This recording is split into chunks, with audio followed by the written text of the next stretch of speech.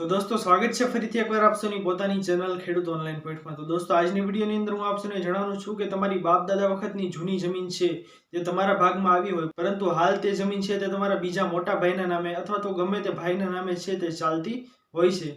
તો તે જમીન મેળવવા માટે હવે આપણે શું કરવાનું રહેશે તેના વિશેની મહત્વપૂર્ણ માહિતી દોસ્તો હું આપ સૌને જણાવું।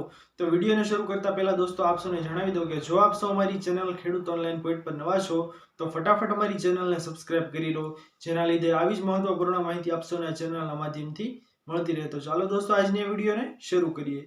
તો દોસ્તો સૌથી પહેલા હું આપ સૌને જણાવી દઉં કે 2004 પહેલાનો જે સમયગાળો હતો તે સમયગાળામાં ભાઈના નામેથી ભાઈના નામે જમીન લેવી એ સાવ સામાન્ય વસ્તુ હતી કે ભાઈ એક ભાઈ છે મોટા ભાઈ, તેમને તમામ જમીનો તેમના ખાતે દાખલ કરી દીધી તો તે ભાઈ છે તેમને સત્તા હતી કે તેમના નાના ભાઈઓ બહેનોને જમીન વહેંચણીથી આપી શકે।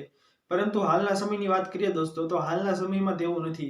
કોઈ ભાઈને બીજા ભાઈને જમીન આપવી હોય તો તે ગિફ્ટ ડીડ એટલે કે બક્ષિસ દસ્તાવેજ અથવા તો વેચાણ દસ્તાવેજથી તેમના ભાઈને જમીન આપી શકે છે।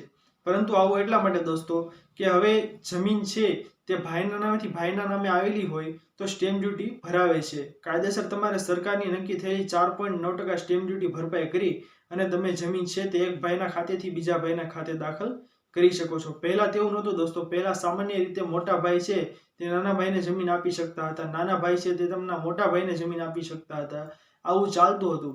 પરંતુ હાલના સમયની અંદર તેવું નથી દોસ્તો।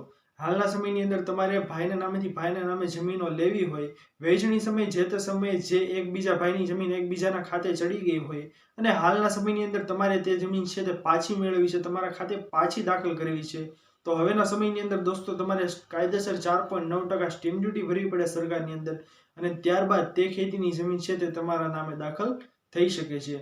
આવું કરવાથી દોસ્તો તમારા નામે જમીન છે તે પાછી આવી શકે છે, અન્યથા જમીન છે તે પહેલાની જેમ વહેંચણી કર્યાથી હવે જમીન તમારા ખાતે દાખલ થઈ શકતી નથી। તો દોસ્તો આપ સૌના ઇમ્પોર્ટન્ટ પોઈન્ટ સમજમાં આવી ગયો હશે। જો પસંદ આવી હોય વિડીયો તો વિડીયોને લાઇક કરવાનું ભૂલતા નહીં। ચેનલ પર નવા આવ્યા હો તો અમારી ચેનલ ખેડૂત ઓનલાઈન પોઈન્ટને સબસ્ક્રાઇબ કરી અને બાજુમાં આપેલા બેલ આઇકનને પણ પ્રેસ કરી દેજો, જેના લીધે આવી જ મહત્વપૂર્ણ માહિતી આપ સૌને ચેનલના માધ્યમથી મળતી રહે। તો દોસ્તો મળીએ હવે પછીના વિડીયોમાં, ત્યાર સુધી જય હિન્દ અને વંદે માતરમ।